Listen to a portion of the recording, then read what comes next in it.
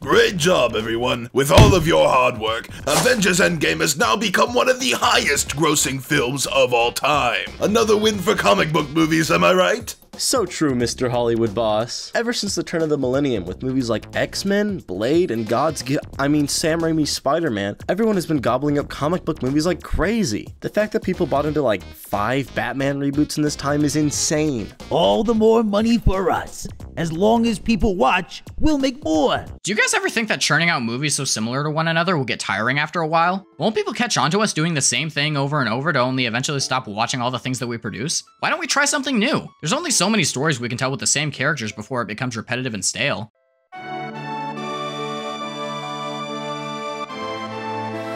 This is why we don't invite you to our office parties, Daniel. This is true. We really don't like you, Daniel. Besides, it's not like there's any other kinds of films out there that can reach the mass appeal and marketability of comic book movies. And that's why we will stay on the top forever and ever. Also, Daniel, you're fired.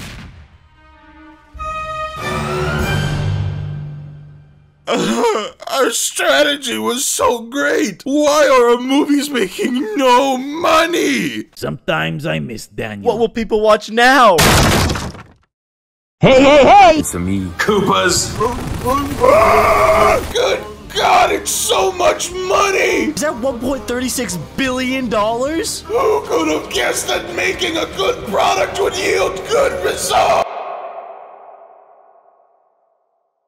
The rise of video game media in the film industry is something to be marveled at, and just between you and me, it's something to be feared. Can we just talk for a second about how monumental something like this is? For the past 20 years or so, Hollywood and the film industry in general has had this massive hyperfixation on comic book movies and superhero adaptations. In defense of Hollywood, though, these things make so much money. Making an adaptation of any remotely popular superhero just seems like a safe bet now. Spider-Man and X-Men really kicked off this craze of superhero media, with Iron Man and the MCU as a whole completely just revolutionizing the genre. Only then did every other company under the sun try to replicate the connected universe model like DC and whatever the hell the Monsterverse tried to do. What I'm trying to explain here is that the film industry tends to follow trends that often make a lot of money. That and Hollywood just really likes adaptations. Of course, not every movie in the past, 20 years or so has been a superhero movie, but the amount of which we've seen in recent times is very telling that Hollywood just loves these things. But, here comes the but, it seems the love for these things have just started to wear. Now, this is due to many reasons that all just culminate in the worst possible outcome for any trend, mostly being that people are simply getting sick of them. For a while, Marvel released 3 to 4 movies every single year, and due to the whole universe being wrapped up in Endgame, the MCU afterwards just felt aimless. The DCU just fell flat on its face from the very start, so this superhero movie will always be around, no matter what, from now until eventually everyone drops nukes on one another.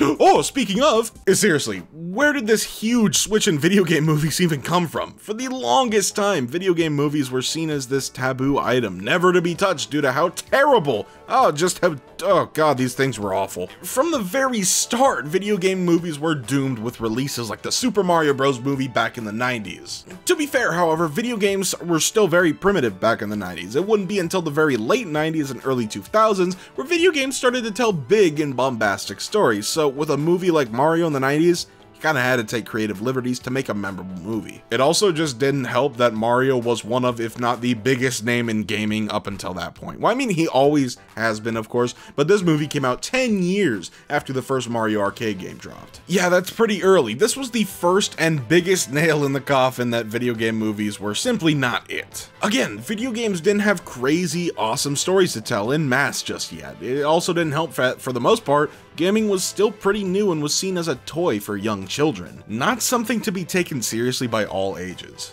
After that, we'd receive movies like the live-action Street Fighter film, which, Are you men enough to fight with me? Anyone who opposes me will be destroyed. Good God, this is bad. The highest Metacritic score for any video game movie for a long time would be the first Mortal Kombat movie, which isn't too bad from what I actually remember. It wasn't great, but nowhere near the levels of Super Mario or Street Fighter. Hollywood also had a really strange interest in horror films based on games, as we have a really strange amount of Resident Evil films. I think 7 live-action ones in total, which is way too much for a franchise with 0 good films. This was just kind of the way of life for video game movies. At this point, when the 2010s came around, everyone just kind of knew that these movies would be bad. Any hope for a good adaptation was lost, since so many gaming fans have been burned so many times before. Even Pokemon decided to take a crack at it with Detective Pikachu.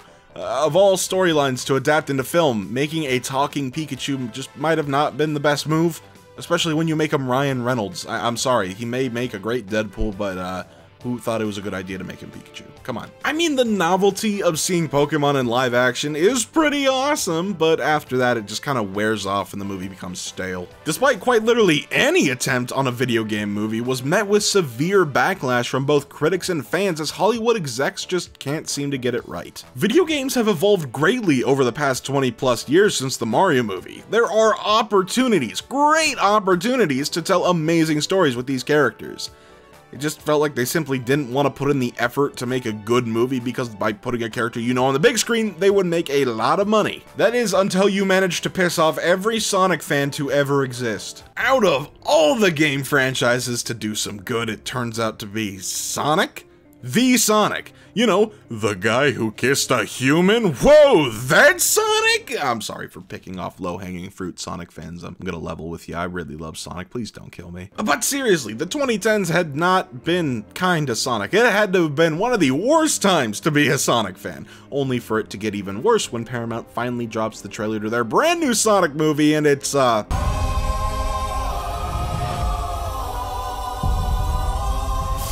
Gotta go fast. wow, that's really bad. This design of Sonic caused one of the biggest stinks in internet history, which enraged every Sonic fan, new and old. They took to the forums, mostly Twitter, and let the company know about their disdain for this design. And somehow,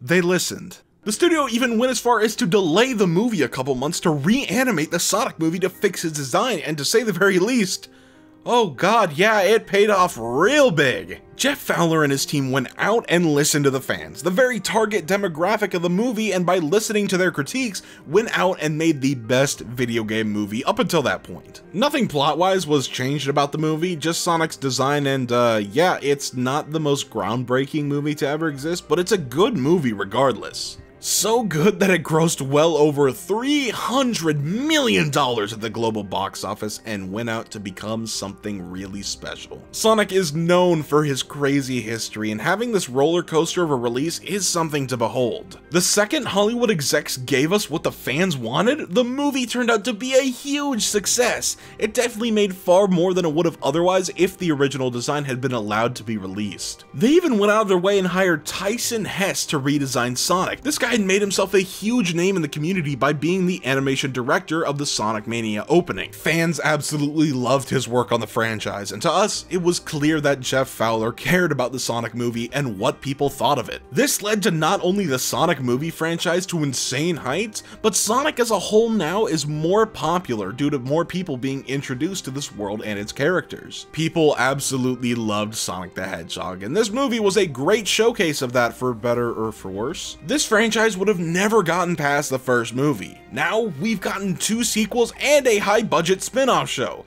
Due to the success of the Sonic movie, I believe that execs took notice of it and had a tiny thought in their little puny brains that if they make what people want, people will watch, and I just think it's about time that we have this huge renaissance for video game movies. Ever since Sonic the Hedgehog released, all of a sudden, coincidentally, more good video game movie products have been popping up. I'm not up to date on the common opinion of the new Mortal Kombat movie, but I honestly had a ton of fun with it. Resident Evil still sucked somehow, but they can't all be winners. This not just goes for movies, but for TV adaptations of games as well. Arcane, Cyberpunk, Edgerunner, Sonic Prime, Halo, again, they can't all be winners. The Last of Us. This all came to a head when Super Mario Bros. Also exploded its way into theaters as the second biggest movie in 2023. Marvel, who used to break $1 billion on the daily, has been struggling to simply break even on their movies, while the Mario movie released and absolutely shattered expectations. It's just about everything I expected from a Mario film and was one of my favorite movie-going experiences of all time. Of course, the plot may have been paper thin, but I don't think Mario needs to have a complex narrative to be a fun movie. It was simple and fun, and that's all Mario has been from the very beginning, so getting a movie that perfectly captures the fun and whimsy of the games, that was a huge deal to me. I love this movie. I know Nintendo was very hesitant on releasing any movies or TV shows due to them kickstarting the greatest failed experiment cinema has ever known, but with Miyamoto having a direct hand in the movie, it definitely changed a lot. Of course, it was only natural that a Zelda movie would be announced right after. The Zelda stories in general are a lot more complex and carry a whole lot more weight than a Mario story ever could, so here's hoping they can actually pull off a serious movie as well as they did with Mario. Will Nintendo do some kind of interconnected universe like Marvel and try to copy their flow? No, definitely not, and I think that's apparent to everyone knowing that the Mario movie is animated and the Zelda movie will be live action. Nintendo has prided themselves always on being unique and different compared to the rest of their competition, the Wii and Switch being a perfect example of this. I would honestly rather see the universes they make get expanded upon further with future movies and possible spin-offs like a Donkey Kong movie or a Luigi's Mansion movie. Something like that I think would be super refreshing in today's landscape, and I hope with the inevitable success of the Zelda movie, Nintendo might choose to pump out more films more often. Who knows, maybe a Metroid or Xenoblade movie might be closer than we think. All that I'm trying to say here is the complete turnaround that video game movies have had is completely insane. People love the Sonic and Mario movies and can't wait to see more. It honestly feels weird that saying Sonic 3 has a good chance of beating out a Disney movie, which my realist in me says it won't, but I just think Sonic is far more popular with children, and that they would be far more inclined to watch Shadow the Hedgehog than Mufasa. I don't know, that's just my personal opinion. Will every video game movie or TV show be a winner from now on? No, I think that much is a given, as we're still in the early rise of video game movies, and there will be a lot of trial and error before things can consistently be alright. I can also very much tell you that I'm not looking forward to the Poppy Playtime movie as well. That franchise was created solely to market towards kids and the obsession with mascot horror. Otherwise, the future is looking pretty bright. We're looking to get a new Street Fighter film, Iron Lung, straight up made by Markiplier himself, the Duke Nukem movie, if that'll ever get out of production hell. But otherwise, the future of video game movies are looking pretty bright. But before I wrap up today's video, I got to know, which video game movie are you looking forward to the most? Let me know down in the comments below, but otherwise that's gonna be all from me today. If you liked the video,